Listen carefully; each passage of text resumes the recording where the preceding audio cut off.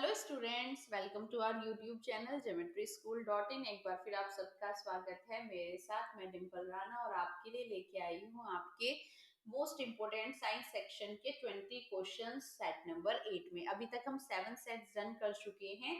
I hope video आपको अच्छी लग रही होंगी। क्वेश्चंस बहुत ज्यादा इंपॉर्टेंट है, तो इनको बिल्कुल छोड़ के नहीं जाना, तैयारी करते रहना है, क्योंकि आपके एग्जाम भी अब आने स्टार्ट हो जाएंगे। दिसंबर जनवरी में आपके आरएमएस और मिलिट्री सैनिक स्कूल का पेपर हो जाएगा। तो ये क्वेश्चन बहुत ही इंपॉर्टेंट है, इन्हें बिल्कुल भी स्किप ना करें, वीडियो को पूरा देखें।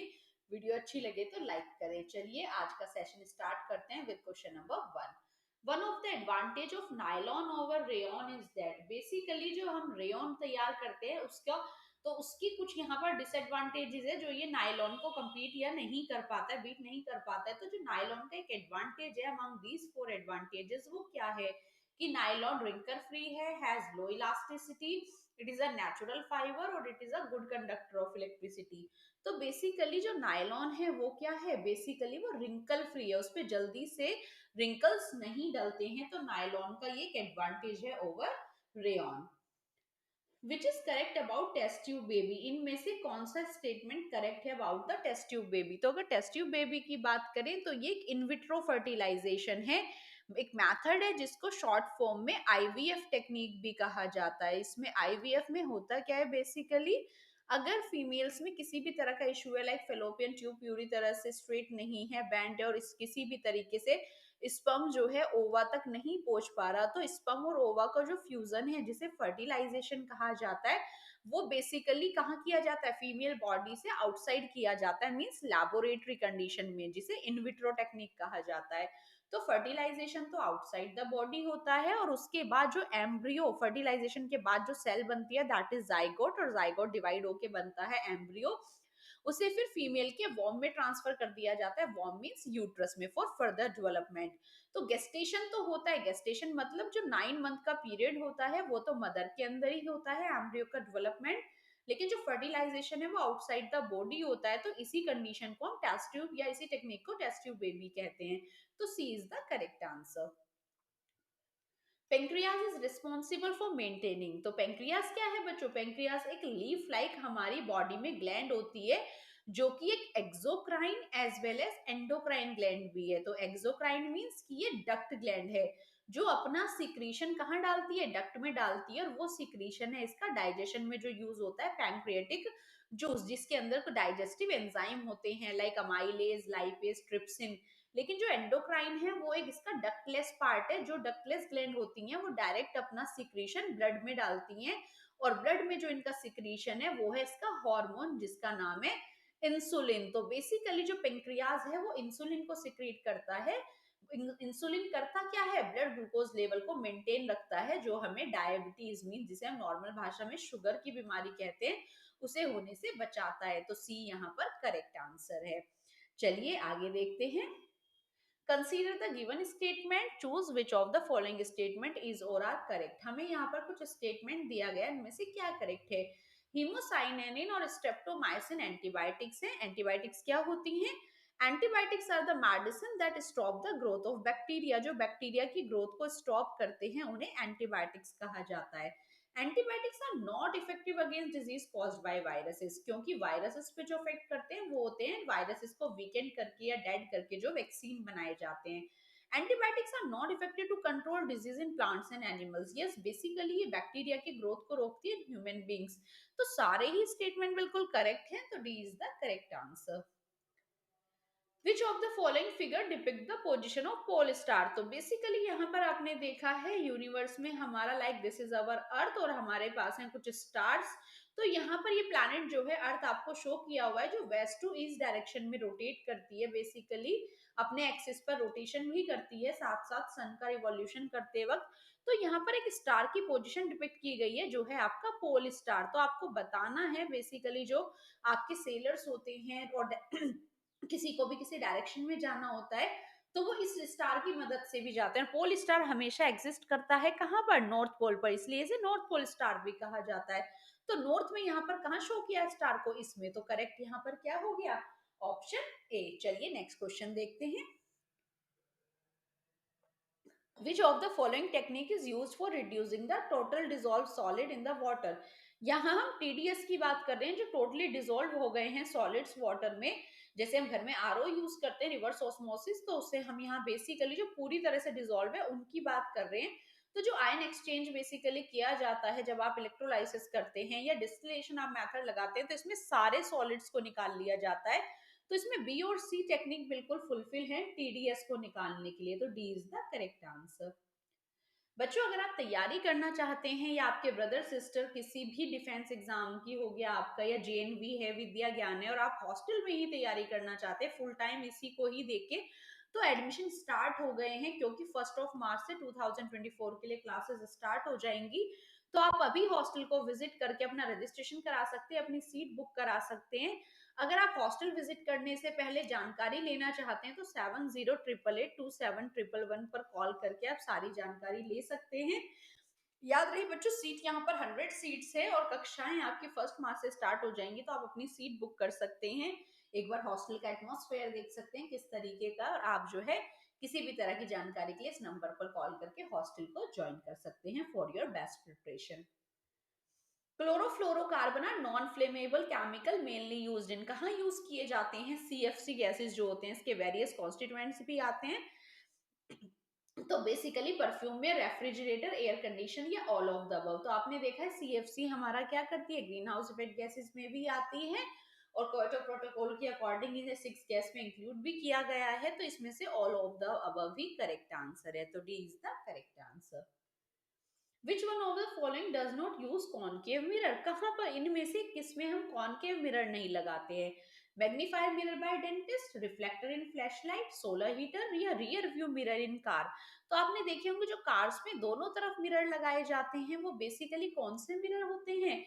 कॉन्वेक्स, जिसमें आपने देखा है कि व्हीकल दूर से आता हुआ ही आपको छोटा सा दिखाई देता है मिरर में, और इस तरीके से जैसे जैसे अप्रोच करता है वो व्हीकल को, उसका साइज बढ़ता चला जाता है। तो जो रियर व्यू मिरर है उसमें हम कॉन्वेक्स मिरर यूज करते हैं। लेकिन जो हमारा डेंटिस्ट यूज करता है, जो बेसिकली लाइट को एक पॉइंट पर क्या करते हैं, कन्वर्ट्स करके आराम से इसमें छोटे से दांत को भी बड़ा करके देख लेते हैं। फ्लैश लाइट को भी यही काम है, सोलर हीटर में भी इसी तरह एक पॉइंट पे हीट आके जनरेट होती है। तो यहाँ पर इन तीनों में तो हम कॉनकेव मिरर लगाते हैं, लेकिन रियर व्यू मिरर में हम कॉन्वेक्स मिरर लगाते हैं। तो D is the correct answer. Does reflection can be seen in showroom and salon, आपने देखा है जो आपके ट्रायल रूम होते हैं या सलून आप जाते हैं तो आपको अपनी मल्टीपल इमेजेस दिखती हैं। वो कैसे? तो वो मिरर जो है इस तरीके से प्लेस किए जाते हैं डिफरेंट एंगल्स पर या पैरेलली, कि आपकी मल्टीपल इमेज बनती है। वो मल्टीपल इमेज क्यों बनती है? क्योंकि लाइट जो यहाँ पर एक ऑब्जेक्ट से टकराकर दूसरे मिरर में फिर थर्ड मिरर में जाती है तो वेरियस इमेजेस फॉर्म करती है, और इसी तरह के प्रिंसिपल को मल्टीपल रिफ्लेक्शन का प्रिंसिपल कहा जाता है। तो C is the correct answer.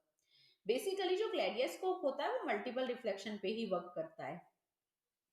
Myopia is connected with, myopia जो यहाँ पर वर्ड है या कुछ भी डिजीज है वो किससे कनेक्टेड है? ईयर से, आईज से, लंग से, या इनमें से किसी से नहीं? तो आपको पता है मायोपिया जिसे हम शॉर्ट साइटेडनेस भी कहते हैं, ये हमारी आई रिलेटेड एक डिफेक्ट है। तो बेसिकली इसमें सिंपल क्वेश्चन पूछा गया है कि मायोपिया वर्ड जो है वो किससे कनेक्टेड है, तो वो आईज से कनेक्टेड है। तो B is the correct answer. The plastic which do not remould again on heating, इनमें से कौन सा प्लास्टिक है जिसको आप रीमोल्ड करके वापस से कोई भी ऑब्जेक्ट या कोई भी थिंग नहीं बना सकते हैं? तो उस प्लास्टिक को क्या कहा जाता है? Thermosetting, thermoplastic, both of these, या नन ऑफ दीज? तो इसमें से करेक्ट आंसर क्या है? थर्मोसाटिंग प्लास्टिक जो होती है, जैसे कि आपकी मेलामाइन होती है, बेकेलाइट होती है, तो ये आपकी कौन सी है? ये आपकी थर्मो सैटिंग प्लास्टिक है जिसको एक बार सेट कर दिया जाता है। तो A is the correct answer. Which of the following is not a kharif crop, इनमें से कौन सा खरीफ क्रॉप नहीं है? तो बेसिकली खरीफ क्रॉप की हमें बात करनी है जो किसमें नहीं लगाया जाता। बेसिकली खरीफ क्रॉप कौन सी होती है? जो रेनी सीजन का क्रॉप नहीं है। तो रेनी सीजन में लगने वाली क्रॉप को हम कहते हैं खरीफ क्रॉप। तो इसमें से मस्टर्ड जो कि आपकी रबी क्रॉप है, सर्दियों में लगाई जाती है। तो B is the correct answer. चलिए आगे बढ़ते हैं। ग्रोइंग ऑफ टू और more different crop together is called, क्या कहा जाता है जब एक ही फील्ड में हम एक से ज्यादा क्रॉप लगाते हैं तो उसे क्या कहा जाता है? क्रॉप रोटेशन, मिक्स क्रॉपिंग, फैलोइंग, या मोनोक्रॉपिंग? तो जैसे आपने देखा है रबी क्रॉप में हम वीट को और मस्टर्ड को एक साथ लगा लेते हैं, न्यूट्रिएंट इनकी क्वांटिटी अलग है, दोनों अलग तरह के न्यूट्रिएंट लेते हैं। तो बेसिकली वीट और मस्टर्ड को एक साथ लगा रहे हैं, तो जब आप एक से ज्यादा क्रॉप एक साथ लगाते हैं किसी फील्ड में तो वो मिक्स क्रॉपिंग कहलाता है। तो B is the correct answer. बच्चों अगर आप तैयारी करना चाहते हैं ऑनलाइन मोड से, ले घर रहकर ही अपना स्कूल अटेंड करते हुए आप तैयारी करना चाहते हैं ऑनलाइन, तो यहाँ पर आप हमारी वेबसाइट को विजिट कर सकते हैं, दैट इज www.geometryschool.in, जिसमें आपको सारा प्रॉपर कोर्सेज मिलेंगे वीडियो कोर्स की फॉर्म में। वीडियो कोर्स के साथ अगर आप लाइव क्लासेस लेना चाहते हैं तो आप अपना डेमो बुक कर सकते हैं। डेमो बुक करके आप क्लासेस फ्री ऑफ कॉस्ट ले चेक कर सकते हैं, फिर आपको अच्छा लगे तो आप पे करें।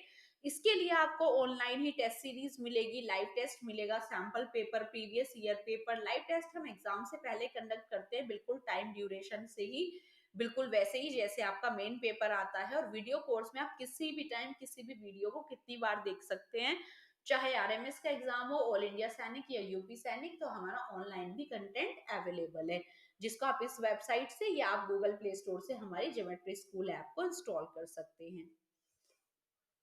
Large scale rearing of fish, मछलियों को जब लार्ज स्केल पर रियर किया जाता है तो क्या कहलाता है?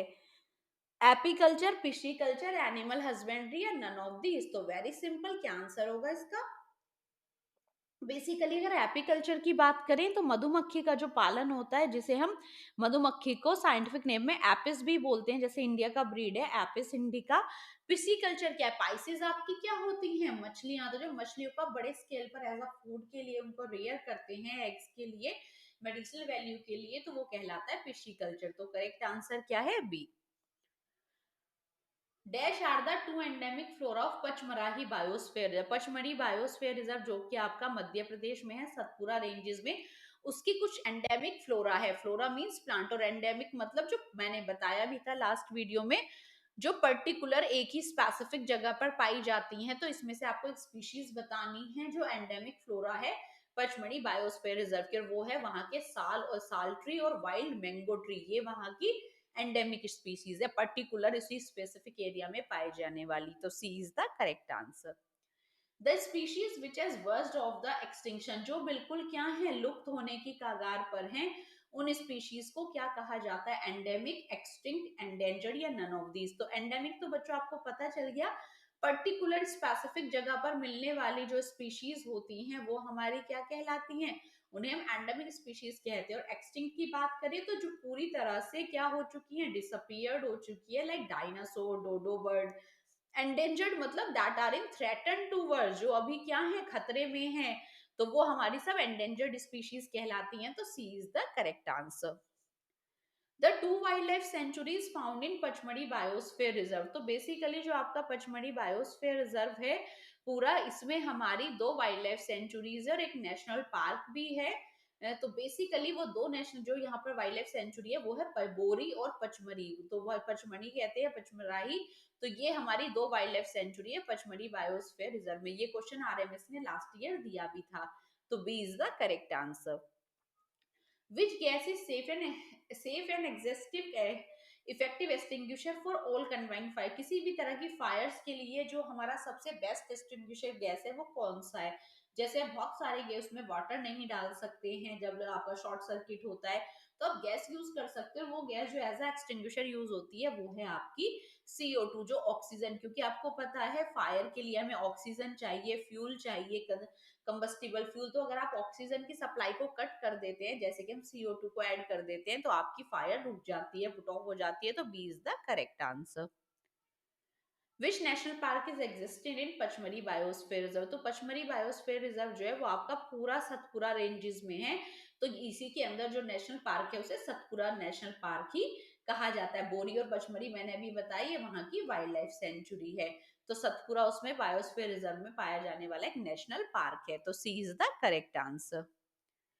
Migratory birds fly to far away areas every year during particular time because of dash changes। जो आपकी माइग्रेटरी बर्ड होती है, फेवरेबल कंडीशंस के लिए लंबे समय के लिए अपना एरिया को छोड़ के चली जाती है, फिर वापस लौट आती है आफ्टर देयर ब्रीडिंग पीरियड।